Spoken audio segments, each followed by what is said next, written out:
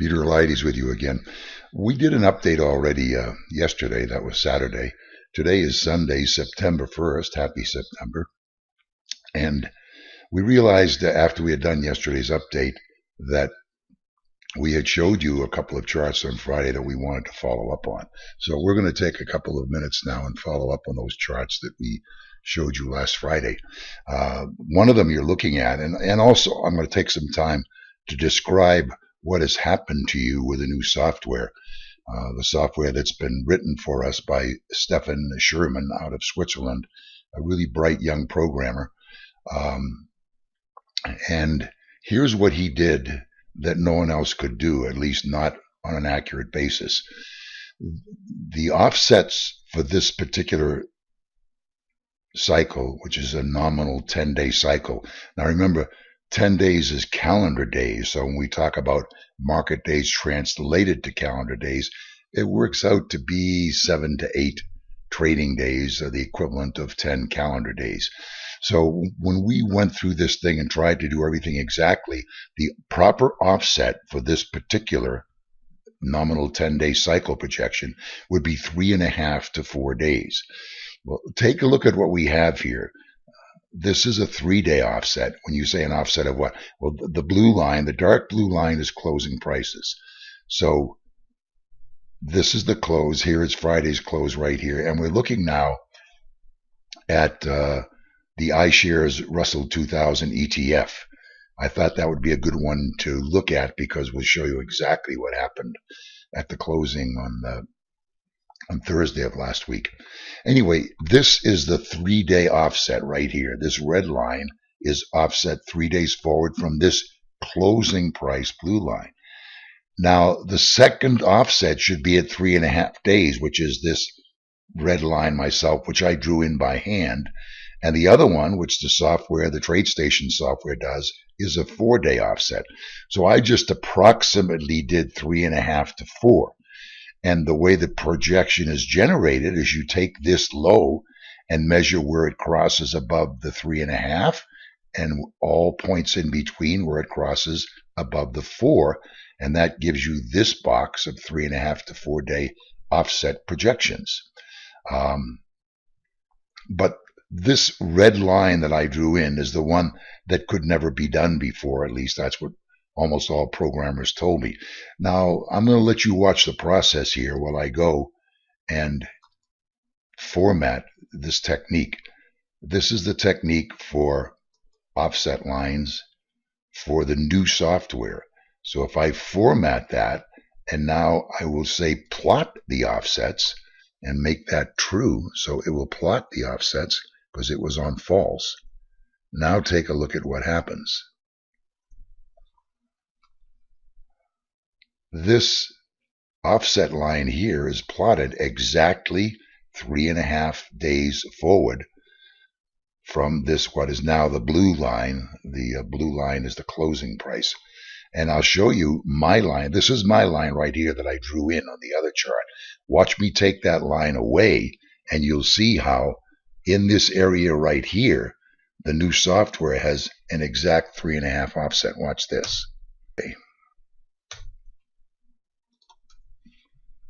So you'll see now this is the 3.5 day offset.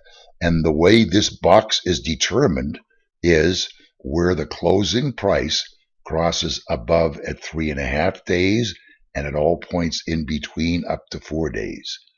So this lower part of the projection, 149.08, comes from the crossing at 146.9665. And the higher point, as you see right here, the crossing at the 4-day, the halfway mark is 147.79. I just wanted to go through that with you so you can get a feeling as to how these projections take place. And with that in mind now, let's look at a whole bunch of these nominal 10-day projections. If indeed we are looking at a counter trend move here, then the shortest on a practical basis, the shortest of projections, which is the nominal 10-day, should be the one that determines how high we go in this counter trend move. You didn't see this the other day when we showed you some of the other projections, but look at the iShares, the IWM is the symbol for the Russell 2000. The closing price virtually exactly within the projection window. The lower angle was at 149.08. The closing price on Thursday was at 149.11, 3 cents into the window. Let's take a look at the S&P, because as you recall, we told you we still had a tiny bit left to go on the S&P. And here we go. As you recall, we closed on the S&P on Thursday at 2924.58. The lower side of the projection was 2927.61. So there's only about 2 to 3 points difference between them, and that suggested to me on Thursday that the S&P might want to close just a little bit higher. And look what happened on Friday. The S&P closed at 2926.46. Now 1 point away from the lower window. Is that close enough?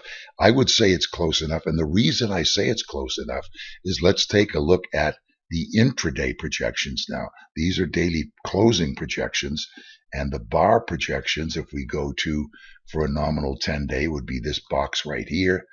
And we have to put in $SPX.X. And move the chart over. There we go. So this is the intraday bars here. And notice that, first of all, notice the same thing here. This is a 3-day offset. That's a 4-day offset. So on a practical basis, there should be a line halfway through here. And that's what this box is showing you the projection for. At least up to 2939.92. And as high as 2961.67. Look at what Friday's high was. Friday's high was 2940.43. Got inside the box by less than 1 point, but indeed it got inside the box. So these projections now on an intraday basis, let's take a look at the Dow now that we have this chart up. Here's the Dow. Didn't reach it on Thursday. On Friday, it reached inside the projection box. So if this is a counter trend move, we are looking at nominal 10-day projections to the upside, and virtually all of them were met on an intraday basis on Friday. So the suggestion from those is we could well get a turn here. That's not a very high confidence prediction, however, because we showed you in the first update for the weekend that we did yesterday that you could still make an argument on some of these indexes that higher projections remain. So the next couple of days will be very important. Wanted to show you the shorter term projections. We've just done that. Thanks a lot for watching.